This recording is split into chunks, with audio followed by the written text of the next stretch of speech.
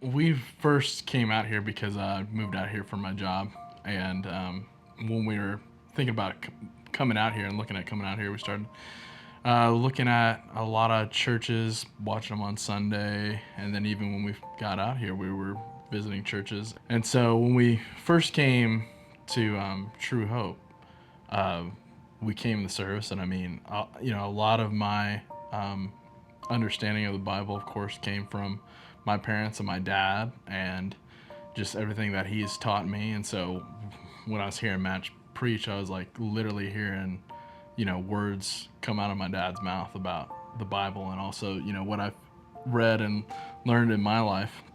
And so I was like, okay, well, this is good.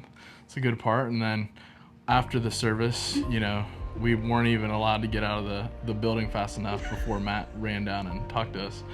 So he cornered us at the door. He was like, "Hi, I'm Matt. You're new here." And we were like, "Yeah." And he was like, "How'd you hear about us? Where'd you come from?" We're like, "We moved here from Texas." And then he asked us a bunch of other questions. And we came back the next week and he remembered our names. So we were like super impressed with that. I mean, we joke about being cornered by Matt, but we felt so loved and seen when we first came. And I told him, for me, for a pastor to remember my name the first week, and we came back and he remembered, that was just crazy to me, that someone took time to memorize our names and who we were and where we were from and genuinely care about us as people. We ended up meeting Andrea and Kevin and Paul, all from our group, and they invited us to attend a missional community. And so we were like, okay, we'll give it a go. They put us into the Church Center app, into that group so that we would have updates and stuff. And they're not allowed to get rid of us now.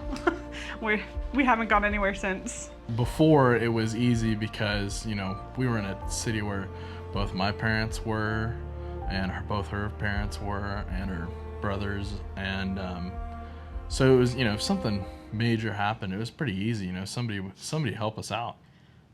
I think the story that really hits home for me is when Christopher had his appendix taken out.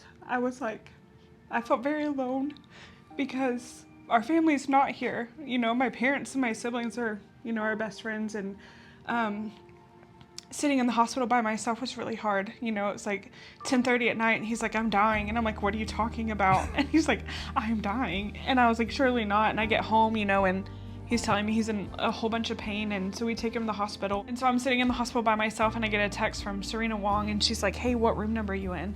And so I tell her, and somehow she comes up there because, with restrictions for COVID and everything. But she came and brought me breakfast, and she prayed over me, and she sat with me while Christopher had surgery. And that just meant a lot, that someone would take time to spend with me when I was scared. Because I was like, what if I lose him? What happens? And then afterwards, our missional community was like, "Hey, we want to bless y'all and bring y'all some meals."